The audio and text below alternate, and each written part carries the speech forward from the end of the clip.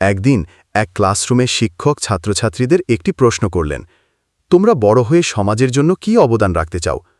ছাত্রছাত্রীরা একে একে উত্তর দিতে শুরু করল। প্রথমজন বলল, আমি ডাক্তার হব, গরিব মানুষদের ফ্রি চিকিৎসা দেব। দ্বিতীয়জন বলল, আমি শিক্ষক হব, গ্রামের বাচ্চাদের বিনামূল্যে পড়াব। আমি পুলিশ হব, দুর্নীতির বিরুদ্ধে লড়ব। চতুর্থজন বলল, আমি বিজ্ঞানী হব, এমন কিছু আবিষ্কার করব যাতে সবাই উপকৃত হয়। পঞ্চমজন বলল, আমি একজন উদ্যোক্তা হব, কর্মসংস্থান সৃষ্টি করব, যেন বেকার সমস্যা কমে। সবাই তাদের উত্তর শুনে হাসি মুখে মাথা নাড়ল। কিন্তু এরপর যখন শেষজন দাঁড়াল, তখন তার উত্তরটা একেবারেই ব্যতিক্রম। সে বলল, আমি বড় হয়ে একটা আলো হতে চাই। শিক্ষক একটু অবাক হয়ে জিজ্ঞেস করলেন, আলো মানে? তুমি কি বলতে চাও?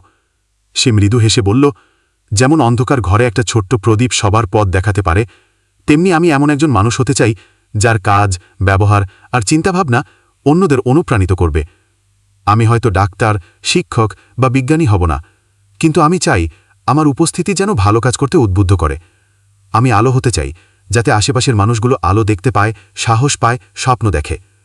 সারা ক্লাস তখন নিঃশব্দ, কেউ কিছু বলে না, শুধু চুপ করে তাকিয়ে থাকে ছেলেটার দিকে।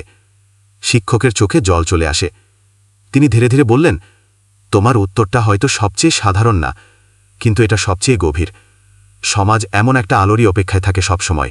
সবাই কিছু না কিছু হতে চায়, কিন্তু যারা আলো হতে চায় তারা শুধু নিজেদের জন্য নয়, তারা আশেপাশের সবাইকে আলোকিত করে।